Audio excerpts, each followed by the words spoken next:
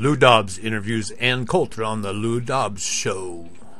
Political commentator, conservative columnist and author Ann Coulter, author of the controversial new bestseller, Guilty, Liberal Victims and Their Assault on America. All of that media, and we'll be talking about some of those liberal victims. Ann Coulter joins me here. We'll be talking about her brand new book, Guilty, and attacks by Mexico's drug cartel. The author of the new blockbuster bestseller, Guilty, will be here to talk about that next. Critic of the country's liberals, their nasty agenda and other things. Her new book is Guilty, Liberal Victims and Their Assault on America. Great to have you back with us, Ann. Great to be here, Lou. Well, I've got to start. I don't normally do this, but I got to start with all of the dust up about the Today Show banning you. Matt Drudge said they were being horrible to you, and then you appeared today magically. The power of Matt Drudge. Thank you, Matt Drudge. There you go. And I suppose you got to thank Matt Lauer too. Absolutely. I love him. So it is all love and kisses now. Oh, it was fabulous. So they've embraced your conservatism. No, he was feisty. Oh, good. We wouldn't want anything less in the morning.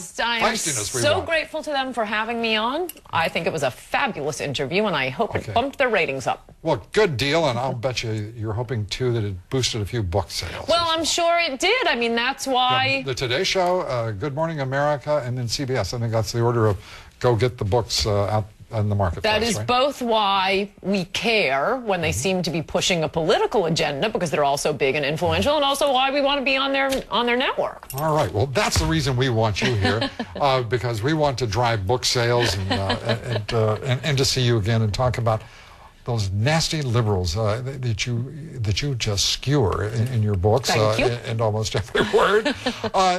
But I've got to ask you, this liberal bias in the media, I've never noticed such a thing.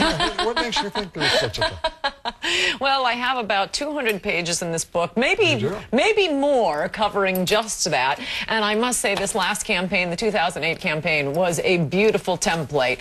I was not planning on writing as much about the media or politics, but since I was writing the book as the campaign was going on, you know, I'd be walking through the kitchen, you keep hearing about the Republican attack machine.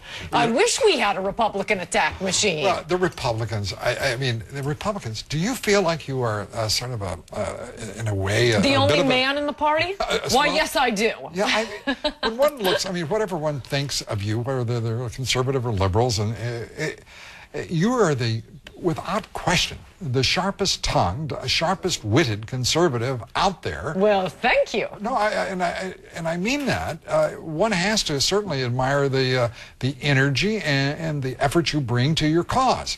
Thank you. And as you look at this administration and conservatives across the board in this country, principally, you wonder, what the hell are you what are you doing, wasting our time? They're unengaging, they're uninspiring, and they sort of sit there and sort of take it. Right. Right, I'm tempted to tell you what I was thinking of calling this book, but I don't think we can say it on air, about the Republicans. One beautiful example... Now you have everyone's imagination raging. It's a funny title. One beautiful example of this, and illustrating the theme of the book, is in the last chapter. At the Republican National Convention, Sarah Palin gets up to give her the most important political speech in a decade, where she's being introduced to the nation. Two Obama fundraisers stand up and start screaming at her and storming the stage. Now, point one, how many newspapers reported that story? That's right, 2 local newspapers. Is that right? No place else. Do you think it would have made news if a major McCain fundraiser had stood up during Obama's speech at the convention, started screaming and storming the stage? Moreover, the stunning thing about the story is, if you could get the video and you could only see it online, you see all these Republican men standing there right next to these screaming banshees doing nothing. Doing nothing. You have this 99-pound woman in heels on stage trying to deliver the most important speech of her life, and strong Republican men standing there. How about a punch in the yap to these screaming banshees? I'm curious. Do you think that maybe that the Republicans are becoming the feminist party? Because you, Governor Palin, prominent, with more energy, more, let's put it this way, verve, than any of the candidates running for president, nor any of the political strategists behind them.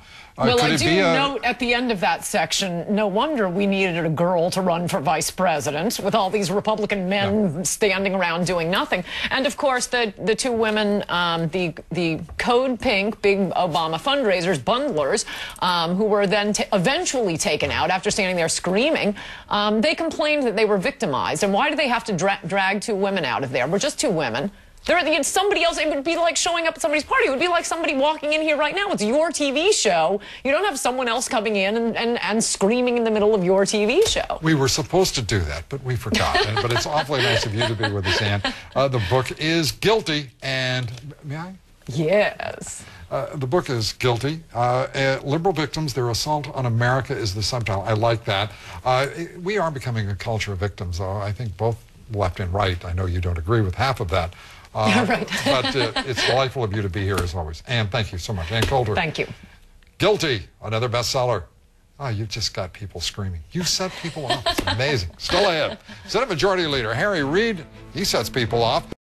Yes, he does, but Ann Coulter does much better. Great interview by Lou Dobbs.